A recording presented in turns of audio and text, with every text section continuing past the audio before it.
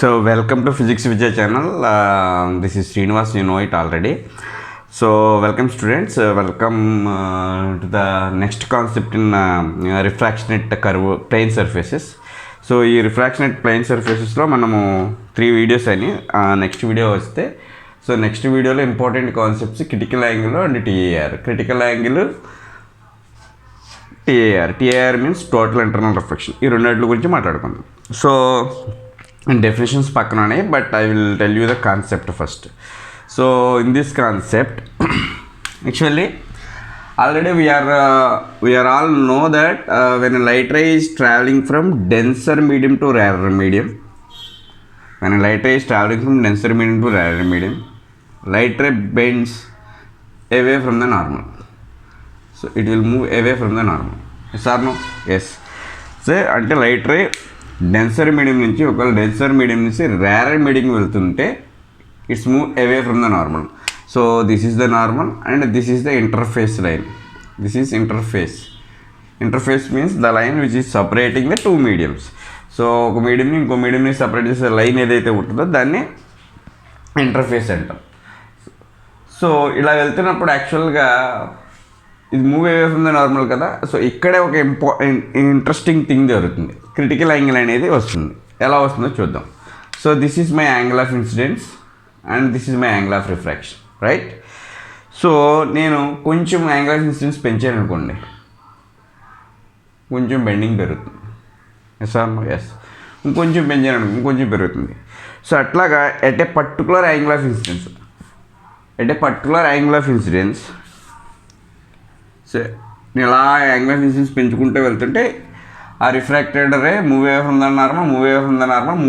Normal అలా జరుగుతూ ఉంటుంది. సో కొంచెం ఇలా బెండ్ అవుతూ ఉంటుంది. సో ఆల్రెడీ డెన్సర్ నుంచి రేర్కి వెళ్తున్నప్పుడు refracted ray move away from the నార్మల్కి బెండ్ అవుతూ ఉంటుంది. సో నేను ఈ యాంగిల్ ఆఫ్ ఇన్సిడెన్స్ని కనుక పెంచుకుంటూ వెళ్ళానంటే సో ఫస్ట్ 20 degrees, తర్వాత 30 degrees, తర్వాత 40 degrees ఇలా వేసుకుంటూ వెళ్తే it is move away from the normal. So ఈ ప్రాసెస్లో at a particular angle of incidence at the particular angle of incidence, what will happen? The interesting thing is this is the interface and this is the normal. At a particular angle of incidence, my refracted ray doesn't go to the second medium. So when a light ray is traveling from denser to rarer for a particular angle of incidence, the incident ray doesn't go to the second medium, but the refracted ray which is grazes along the interface. So interface means వెళ్ళిపోతుంది. చెప్పాను కదా already. For angle of incidence there is a angle of refraction. Angle of incidence పెంచుకుంటూ వెళ్తుంటే angle of refraction కూడా పెరుగుతుంది. Angle of incidence పెంచుకుంటూ వెళ్తే angle of refraction కూడా పెరుగుతూ వెళ్తుంది. సో నేను అలా పెరుగుతూ అంటే particular angle of incidence it doesn't go to the second medium but గ్రేజెస్ along the interface అంటే సపరేట్ చేసే లైన్ నుంచి ఇలా వెళ్ళిపోతుంది అనమాట. So that particular angle of incident is called critical angle for denser medium.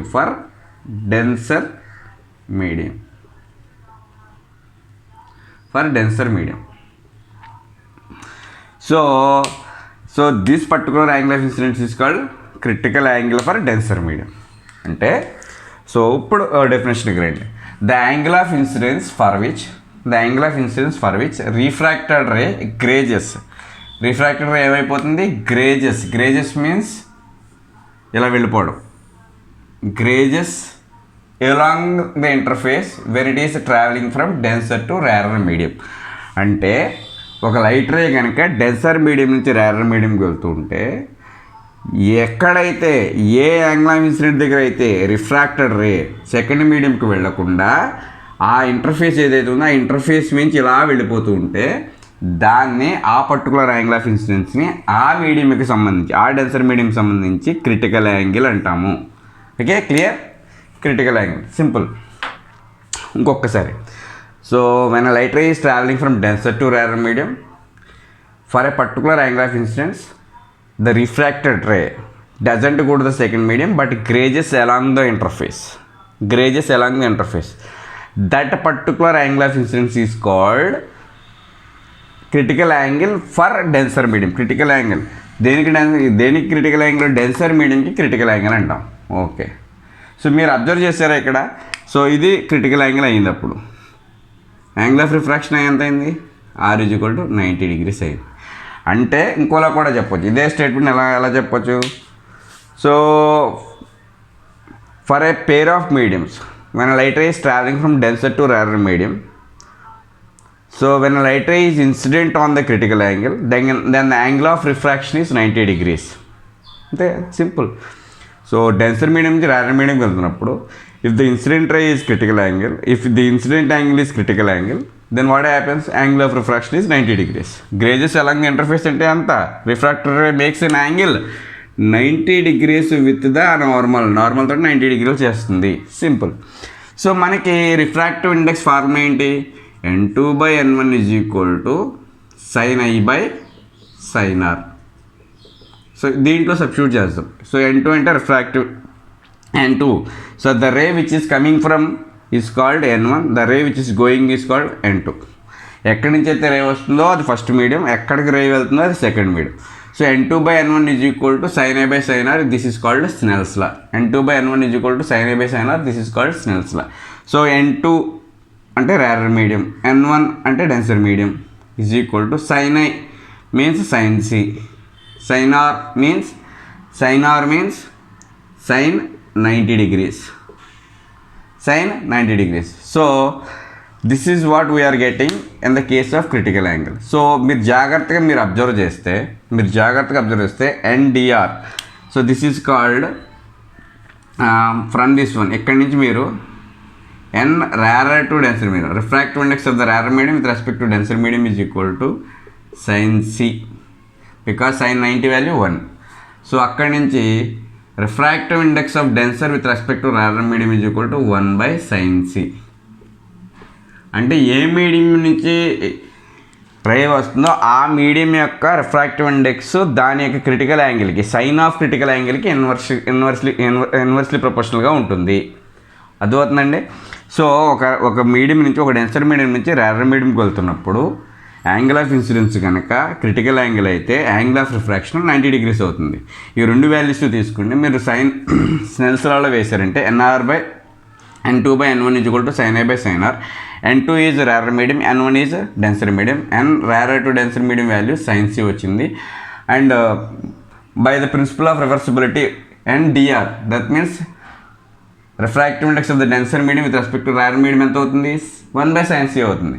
అంటే ఈ పర్టికులర్ డెన్సర్ మీడియం యొక్క refractive index = 1/sin of angle of incidence in that sign of angle of critical angle. So ఆ medium యొక్క sine of critical యాంగిల్కి equal అవుతుంది 1/. Okay, so this is called critical angle and the relationship between critical angle and refractive index of the denser medium. So refractive index of the denser medium with respect to rarer medium is equal to 1/sin C. How we are getting nRD is equal to sin C. What is nRD? Refractive index of the rarer medium with respect to denser medium. How we are getting this one? So you know n2/n1 is equal to sin I by sin R. N2 means nR, refractive index of the rarer medium. ND, refractive index of denser medium. nR/ND is equal to sin C by sin 90. So angle of incidence is C and angle of refraction is 90 degrees. So this is about a critical angle. Okay, బాగుంది. So critical angle తర్వాత total internal reflection. What is the total internal reflection?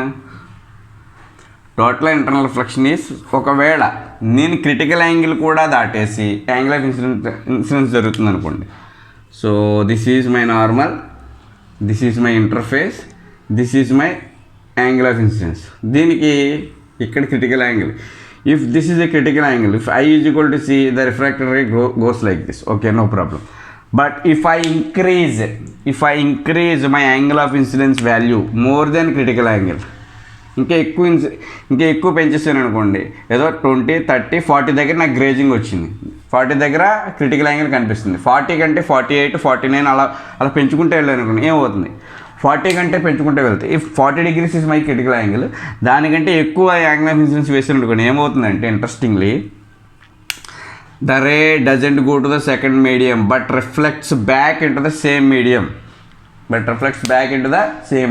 ఇవి ఈ critical angle concept కానీ or TR concept కానీ ఎప్పుడు జరుగుతాయంటే when light ray is travelling from denser to rarer, denser medium నుంచి rarer మీడియంకి లైట్ రే ట్రావెల్ చేస్తున్నప్పుడు మాత్రమే జరుగుతాయి.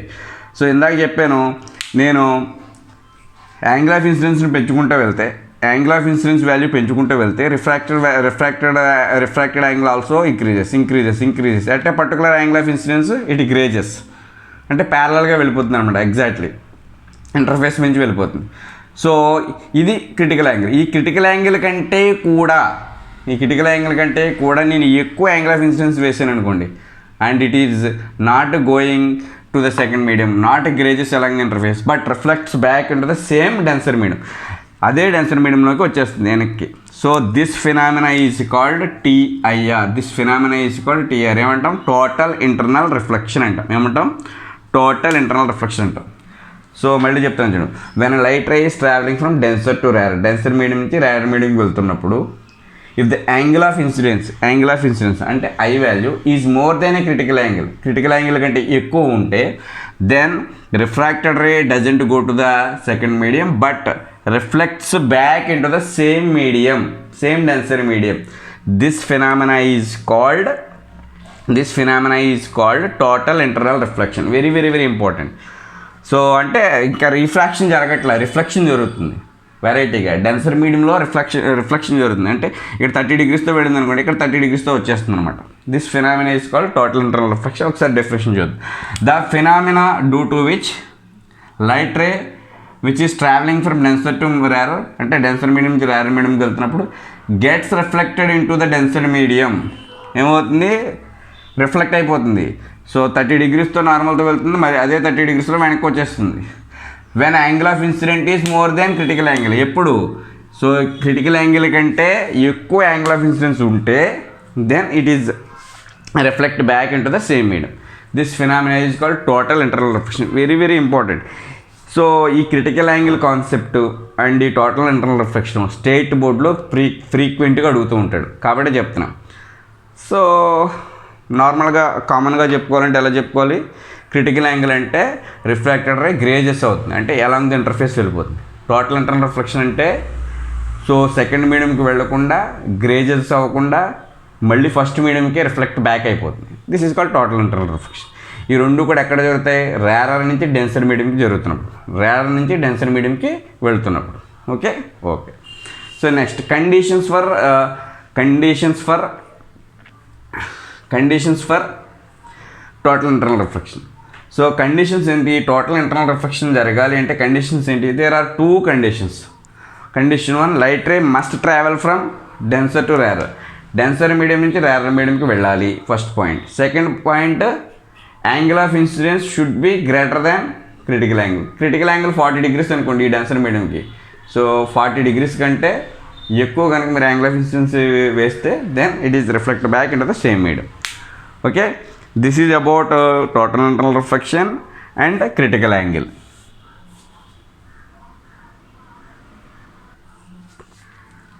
నెక్స్ట్ మనకి సో ఈ టీఏఆర్ 2 కండిషన్స్, డెన్సర్ నుంచి రేరర్ మీడియంకి వెళ్ళాలి compulsory, angle of incidence greater than critical angle level. ఈ 2 సందర్భాల్లో టీఏఆర్ జరుగుతుంది, టోటల్ ఇంటర్నల్ రిఫ్లెక్షన్ జరుగుతుంది. సో అప్లికేషన్స్ ఆఫ్ టీఏఆర్ అంటే ఎక్కడెక్కడ మనం ఈ టోటల్ ఇంటర్నల్ రిఫ్లెక్షన్ చూడగలము. సో ఎక్కడ చూస్తామంటే ఫార్మేషన్ ఆఫ్ మిరేజ్ అంటే optical illusion.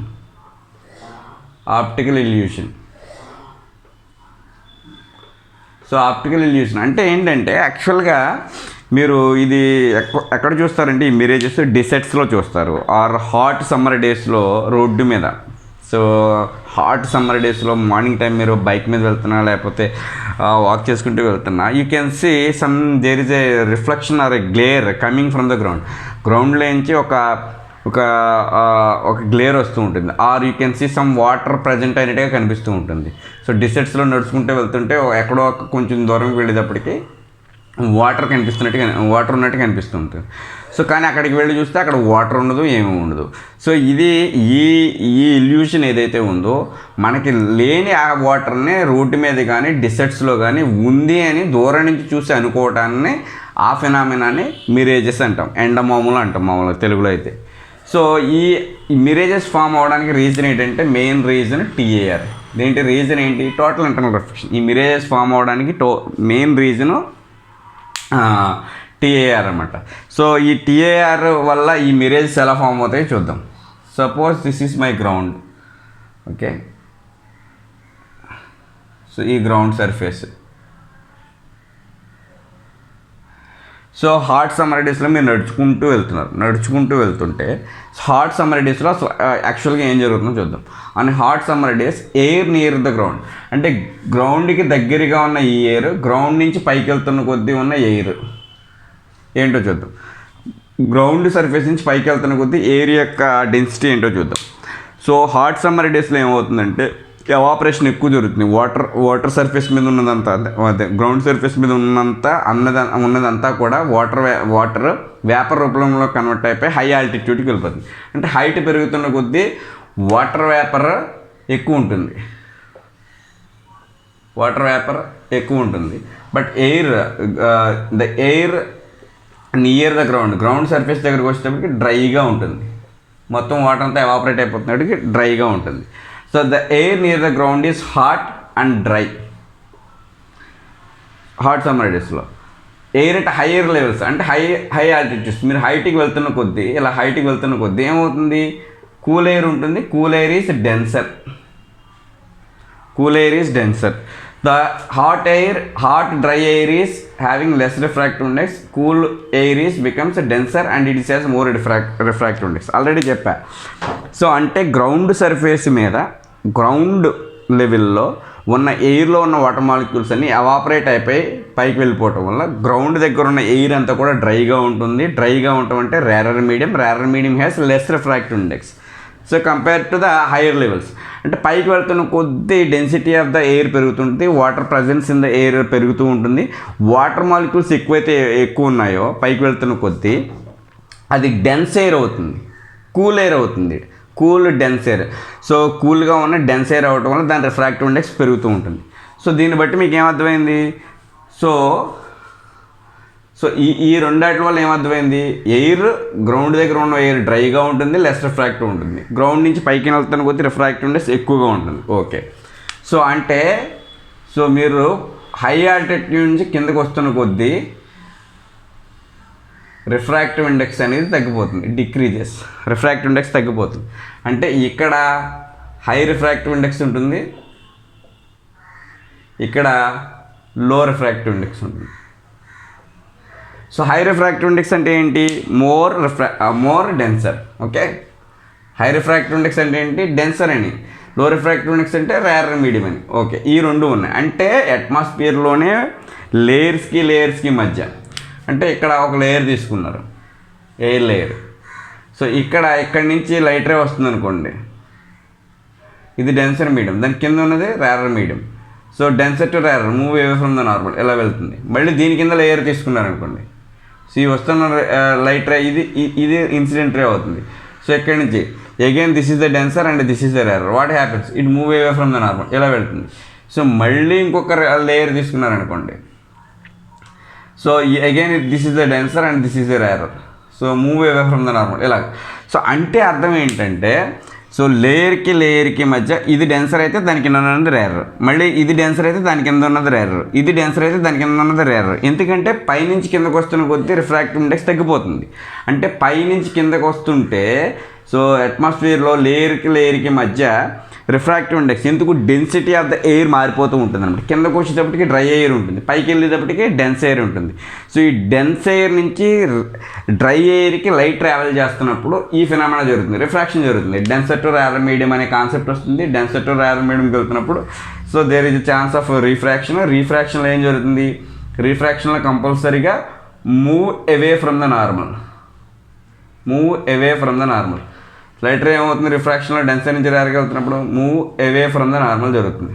Move away from normal. So ఈ move away from the normal జరుగుతున్నప్పుడు ఎక్కడైనా ఏదైనా సందర్భంలో if angle of incident is greater than critical angle ఏమవ్వాలి, టీఏఆర్ జరగాలి. టీఏఆర్ జరుగుతుంది కూడా. సో ఈ టీఏఆర్ జరుగుతాం వల్ల రిఫ్లెక్షన్ జరుగుతుంది, టోటల్ ఇంటర్నల్ రిఫ్లెక్షన్. ఈ టీఏఆర్ అనే ఫినామినా జరగటం వల్ల సో ఒక రిఫ్లెక్షన్ జరుగుతుంది. ఎలా జరుగుతుందో చూద్దాం. సో నార్మల్గా light travels from height objects undergoes TAR. The distance observer feels that ray of light coming from the ground which is visual image of the object. This kind of illusion is called Mirage. Okay, so ఒకసారి ఒక object తీసుకోండి. Object నుంచి వస్తున్న light ray ఎలా travel చేస్తుంది, ఒక అబ్జర్వర్కి అది ఎలా రీచ్ అవుతుందో చూద్దాం. చూడండి. So this is my ground. So ఇక్కడ ఎవడో ఒకడు ఉన్నాడు, ఇక్కడ పెద్ద ట్రీ ఉంది, టాల్ ట్రీ.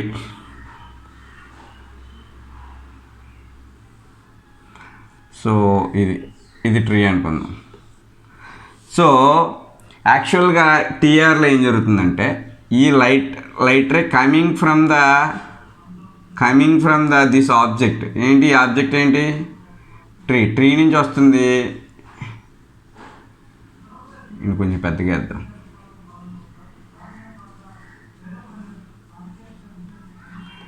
సో ఇలాగ కర్వ్డ్గా అయిపోతుంది, కర్వ్ అవుతుంది. ఎందుకు కర్వ్ అవుతుందో చెప్తా.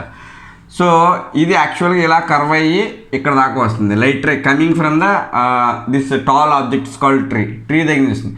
బాగా వీడు ఏం ఫీల్ అవుతాడంటే this is coming from the ground నుంచి వస్తున్నట్టు ఫీల్ అవుతూ ఉంటాడు. సో గ్రౌండ్ నుంచి వస్తున్నట్టు ఫీల్ అవుతున్నప్పుడు వీడికి ఈ పర్టికులర్ ప్లేస్ దగ్గర ఏదో సంథింగ్ ఒకటి ఉంది అని అనిపిస్తుంటుంది. కానీ అక్కడ ఏం జరుగుతుంది, యాక్చువల్గా ఈ ట్రీ యొక్క విజువల్ ఇమేజ్ని చూస్తూ ఉంటాడు గ్రౌండ్ మీద. సో గ్రౌండ్ మీద ఉన్నది యాక్చువల్గా, కానీ వాడికి ఈ లైట్ రే ఇలా బెండ్ అయిపోయి ఇలా వెళ్ళిన తర్వాత సో వాడి దగ్గరికి అయితే లైట్ వస్తుంది. సో ఈ చెట్టు అయితే వాడికి కనిపిస్తుంది, ఎందుకంటే కర్వడ పాత్ర వస్తున్నప్పుడు. ఎందుకు కర్వడ పాత్ర అంటున్నాడంటే చూడండి ఒకసారి, మీరు ఏదైనా ఆబ్జెక్ట్ని ఎప్పుడు చూడగలరంటే సపోజ్ ఈ ప్యాడ్ ఉందనుకోండి, ఈ పెన్ ఉంది, ఈ రెండింటిని నేను మామూలుగా ఇలా పెట్టుకున్నాను కనిపిస్తూ ఉంటాయి. ఎందుకంటే దీని మీద పడిన లైట్ రే స్ట్రైట్గా వచ్చి నా కంటికి చేరుతుంది కాబట్టి నేను చూడగలుగుతున్నాను. సో ఇప్పుడు దీన్ని ఇలా పెట్టాను అనుకోండి, I can't see the marker. ఎందుకు చూడలేను, లైట్ రే దీని మీద పడినా there is an opaque substance which is obstructing the light ray. దీని మీద నుంచి వస్తున్న లైట్ రేని ఇది ఆపేస్తుంది కాబట్టి నేను దీన్ని చూడలే. I cannot imagine a light ray which is coming curved.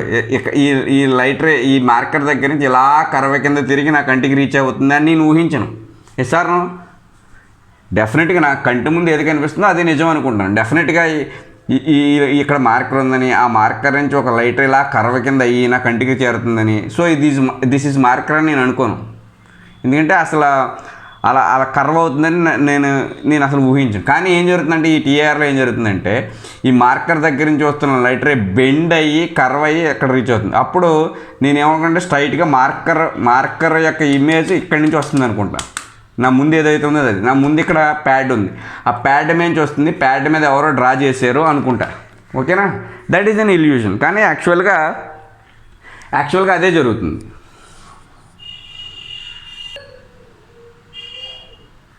So యాక్చువల్గా అదే జరుగుతుంది. లైట్ రే ఇక్కడి నుంచి వస్తుంది, కానీ వీడు ఈ ట్రీని చూడలేడు. దేర్ మేబీ సమ్ అదర్ ఏదైనా ఆబ్జెక్ట్స్ మధ్యలో ఉండొచ్చు, అపాక్యూ సబ్స్టెన్స్ ఉండొచ్చు, వీడు ఈ ట్రీని చూడలేడు. కానీ వీడికి ఏమనిపిస్తుందంటే there is something is there on the ground నుంచి వస్తున్నట్టు కనిపిస్తుంది లైట్ రే. ఎందుకంటే దీని యొక్క ఇమేజ్ ఇలా కర్వ్ అయ్యి ఇలా వెళ్తాం వల్ల వాడు కిందకు చూస్తాడు. కిందకు చూస్తే వాడికి ఇక్కడ ఈ ప్లేస్లో గ్రౌండ్ మీద ఏదో ఉంది, ఏదో గ్లిటర్ అవుతున్నట్టు, ఏదో షైనింగ్ అవుతున్నట్టు కనిపిస్తూ ఉంటుంది. సో నార్మల్గా గ్రౌండ్ మీద ఏముంది అనుకుంటాం, నార్మల్గా గ్రౌండ్ మీద వాటర్ ఉంది అనుకుంటాం సార్. సో రిఫ్లెక్షన్ కనిపిస్తుంది అంటే రోడ్డు మీద మిర్రర్ ఉందని ఎవడ అనుకోడు, రోడ్డు మీద వాటర్ ఉంది అనుకుంటాం. సో అందుకని వీడు ఏం ఫీల్ అవుతాడంటే ఇక్కడ వాటర్ ఉంది అనుకుంటాడు, రిఫ్లెక్షన్ వస్తుంది కాబట్టి గ్రౌండ్ మీద వాటర్ ఉంది అనుకుంటాడు. సో వాటర్ ఉందని చెప్పేసి వీడు ముందుకు వెళ్తూ ఇక్కడికి వచ్చి చూస్తే ఇక్కడ వాటర్ ఉండదు, అది ఎక్కడ కనిపిస్తుంది. పోనీ ఇంకా ముందుకు వస్తే అది ఎక్కడ కనిపిస్తూ ఉంటుంది. So it is an optical illusion. Optical illusion ఏంటంటే ఈ కర్వ్ పాత్ రావటం వల్ల దీని నుంచి స్ట్రైట్గా వచ్చేసింది అనుకోండి, లైట్ రే ఇలా కంటికి చేరింది అనుకోండి, ఈ ఐకి చేరింది అనుకోండి, ఈ can able to see this tree clearly. But ఈ కర్వ్లో రావటం వల్ల యాజ్ ఏ సెడ్ ఈ మార్కర్ ఎలా ఉంది, మార్కర్కి నా చెయ్యి అడ్డంగా ఉందనుకోండి, దీని నుంచి ఇలా కర్వ్ అయ్యి నా దగ్గరకు వస్తుందని నేను అనుకోను, నా చెయ్యి దగ్గర నుంచి వస్తుందని అనుకుంటాను. యాక్చువల్గా మనం అన్ని ఆబ్జెక్ట్స్ని అలా చూస్తాం. లైట్ ఇన్సిడెంట్ అవ్వాలి ఒక ఆబ్జెక్ట్ మీద, ఆ ఇన్సిడెంట్ అయిన లైట్ రే వచ్చి మీ కంటికి చేరితే మీరు అప్పుడు చూడగలరు ఆ object. There is a chair in front of you, there is a something in front of you. Light నార్మల్గా స్ట్రైట్ లైన్లో ట్రావెల్ చేస్తుంది కాబట్టి మీ కంటికి కనిపించేవన్నీ కూడా స్ట్రైట్గా ట్రావెల్ అయ్యి వచ్చినవే. కానీ ఈ పర్టికులర్ సిచ్యువేషన్లో ఇది కర్వ్ అయ్యి వస్తుంది కాబట్టి ఇది కనిపించదు. అంటే ఈ వాల్ బిహైండ్ ఎవడో ఉన్నాడు కానీ నాకు వాల్ మీద ఆడి ఇమేజ్ కనిపిస్తుంది. వాల్ మీద ఎందుకు ఇమేజ్ కనిపిస్తుంది? వాడు కనిపించేస్తున్నాడు. నేనేమనుకుంటానంటే ఆడు వాల్ బిహైండ్ ఉన్నా కానీ so there is a image of that boy on the wall అనుకుంటా. యాక్చువల్గా ఆ ఇమేజ్ ఎక్కడి నుంచి వస్తుంది? బెండ్ అయ్యి వచ్చి నా కంటికి చేరుతుంది, నాకు బాయ్ కనిపిస్తూ ఉంటాడు. కానీ రియల్గా చూస్తే నాకు బాయ్ అక్కడ కనిపించడు. Okay, so I can imagine there some image is there on the wall. Similarly the same thing happens. ఇక్కడ ఏంటంటే ఈ ట్రీ కనిపించదు, ఒరిజినల్ ట్రీ కనిపించదు, దాని యొక్క రిఫ్లెక్షన్ కనిపిస్తూ ఉంటుంది. రిఫ్లెక్షన్ కనిపించడం వల్ల ఇక్కడ ఏదో రిఫ్లెక్టింగ్ మెటీరియల్ ఉందనుకుంటాడు, either water or plain mirror. నార్మల్గా వాటర్ ఉందనుకుంటాం, సో వాటర్ ఉందేమో అనుకుంటాం. ఓకేనా, ఇది జరుగుతుంది. సో ఇంతకీ ఫైనల్గా ఈ కర్వ్ ఎందుకు వస్తుందో ఒకసారి చూపిస్తాను చూడండి. కర్వ్ ఎందుకు వస్తుంది? సో కర్వ్ ఎందుకు వస్తుందంటే లైట్ రే కర్వ్ కింద బెండ్ అవ్వాల్సిన అవసరం ఏముంది లైట్ రేకి? చూద్దాం.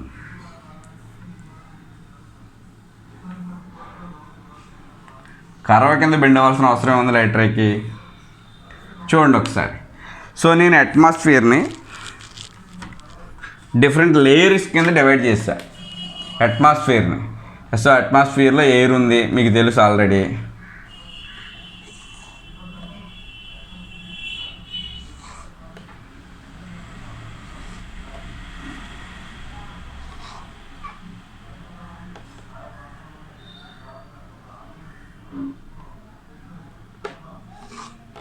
సో మీరు ఒకవేళ అట్మాస్ఫియర్ని కనుక లేయర్స్ కింద డివైడ్ చేసుకుంటే రిఫ్రాక్టివ్ ఇండెక్స్ కిందకు వస్తున్న కొద్దీ తగ్గిపోతూ ఉంటుంది, డిక్రీజెస్. అంటే సో ఇది డెన్సర్ అయితే దాని కింద ఉన్నది రేరర్, ఇది డెన్సర్ అయితే దాని కింద ఉన్నది రేరర్, ఇది డెన్సర్ అయితే దాని కింద ఉన్నది రేరర్, ఇది డెన్సర్ అయితే దాని కింద ఉన్నది rarer. Okay, so first denser and rarer చూద్దాం. First denser.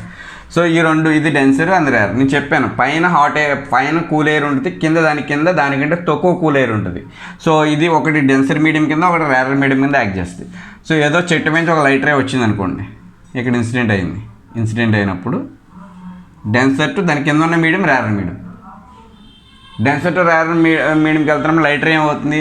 Move away from the normal. So యాక్చువల్గా అయితే ఇది ఇలా వెళ్ళిపోవాలి, అలా వెళ్ళకుండా ఇలా కొంచెం బెండ్ అవుతుంది. ఓకేనా, మళ్ళీ నెక్స్ట్కి వచ్చి ఇది డెన్సరు దాని కింద ఉన్నది రేర్, ఇది డెన్సరు దాని కింద ఉన్నది రేర్, ఏమవుతుంది? Move away from the normal ఇలాగా.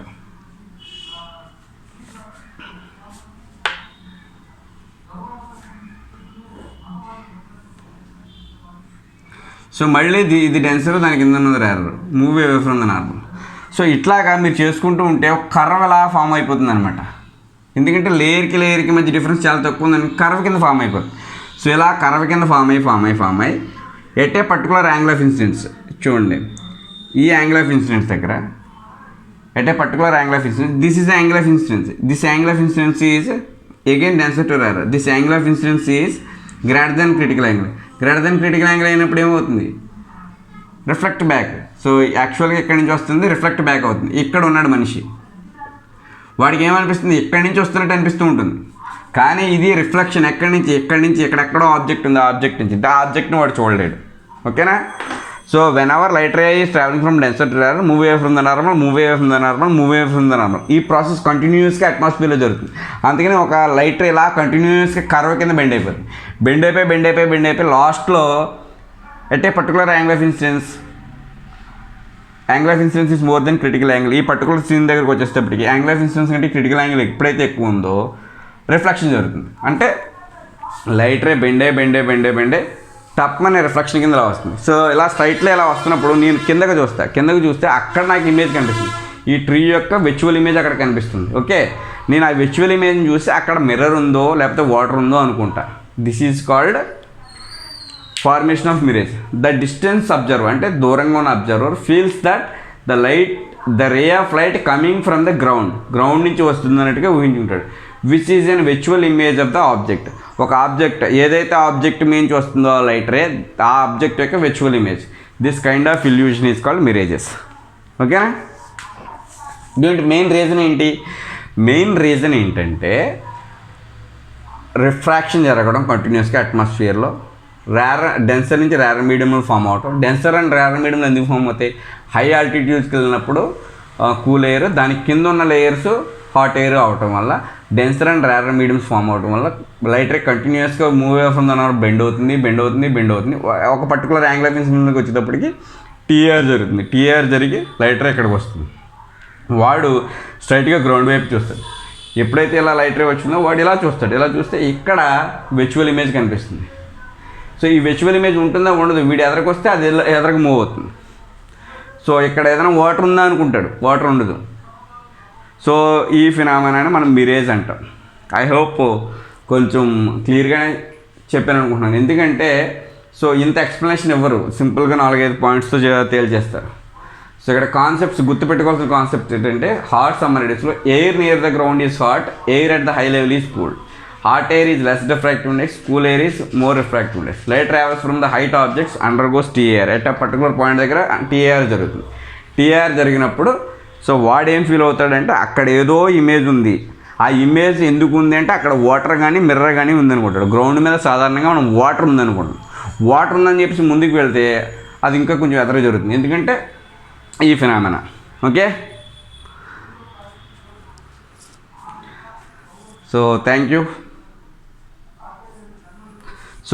దీని తర్వాత ఆప్టికల్ వై డైమండ్ షైన్స్, ఇది కూడా చెప్పేసుకుందాం. So why diamond shines. So diamond యొక్క రిఫ్రాక్టివ్ ఇండెక్స్ క్రిటికల్ యాంగిల్ చాలా తక్కువ.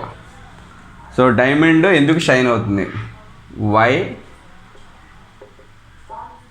Why diamond shine. డైమండ్ ఎందుకు షైన్ అవుతుందంటే చూడండి. సో డైమండ్ యొక్క critical angle 24.4 degrees or something, ఒకసారి చెక్ చేద్దాము. కానీ ఇది చాలా తక్కువ ఉంటుంది అనమాట. అంటే ఇప్పుడు ఇది డైమండ్ తీసుకున్నాను అనుకోండి, ఇలాగా ఇందులోకి లైట్ రే వెళుతుంటే క్రిటికల్ యాంగిల్ తక్కువ కాబట్టి ఇది టీఆర్ అవుతుంది. మళ్ళీ క్రిటికల్ యాంగిల్ తక్కువ, చాలా తక్కువ యాంగిల్కి క్రిటికల్ యాంగిల్ వచ్చేస్తుంది. సో మీకు చెప్పాను కదా ఆల్రెడీ, రేర్ టు డెన్సిటీ వెళ్తున్నప్పుడు క్రిటికల్ యాంగిల్ 24 degrees అయిందనుకోండి, రిఫ్లెక్షన్ వచ్చేస్తుంది. సో అట్లాగా ఈ 24 degrees ఉండటం వల్ల క్రిటికల్ యాంగిల్. సో ప్రతి రే, సో ఇది వెళ్తుంది, ఎంటర్ అయింది, లైట్ రే ఒక లైట్ రే ఎంటర్ అయింది, టీఆర్ అవుతుంది. సో ఇలా రిఫ్లెక్ట్ అవుతుంది, సో ఇలా రిఫ్లెక్ట్ కంటిన్యూస్గా టీఆర్ జరుగుతుంది. అట్లాగే ఇంకో రే ఎక్కడి నుంచైనా వచ్చి ఇన్సిడెంట్ అయింది అనుకోండి, డెఫినెట్గా ఇది కూడా రిఫ్లెక్ట్ అవుతుంది. సో ఇలా కంటిన్యూస్ రిఫ్లెక్షన్ అవుతుంది. ఎందుకు కంటిన్యూస్ రిఫ్లెక్షన్ అవుతుందంటే critical angle for diamond is very less, 24 degrees and odd. So 24 degreesకే రిఫ్లెక్షన్ వస్తున్నప్పుడు అందులోకి ఎంటర్ అయిన అన్ని రేసు టీఆర్ గురవుతుంటాయి. అంటే మల్టిపుల్ రిఫ్లెక్షన్స్ అనమాట. అలా లోపల అలా తిరుగుతూనే ఉంటాయి. రిఫ్రాక్షన్ కానీ ఇంకో ఫినామినా కానీ లైట్ జరిగి రిఫ్లెక్షన్ జరిగి లైట్ రే బయటకు వచ్చింది అనుకోండి, అంత షైనింగ్ కనిపించదు. ఏమవుతుంది, వెళ్ళినట్టు టీఆర్ అయిపోతుంది, లోపలే తిరుగుతుంది. ఇలాగా ఒక 10 రేస్ వెళ్ళినాయి అనుకోండి, 10 రేస్ కూడా ఒక 100 రేస్ కింద లోపల తిరుగుతూ ఉంటాయి. అందుకని డైమండ్ షైన్ అవుతూ ఉంటుంది. ఓకేనా? This is about critical angle, total internal reflection, formation of mirage and why diamond shines and conditions for TAR. So దీని తర్వాత మనము ఆప్టికల్ ఫైబర్స్ గురించి చెప్పుకుందాం. ఒక చిన్న క్లాస్, ఒక 15 minutes ఉంటుంది, అది కంప్లీట్ చేస్తే ఈ కాన్సెప్ట్ అయిపోతుంది. ఓకేనా? Thank you.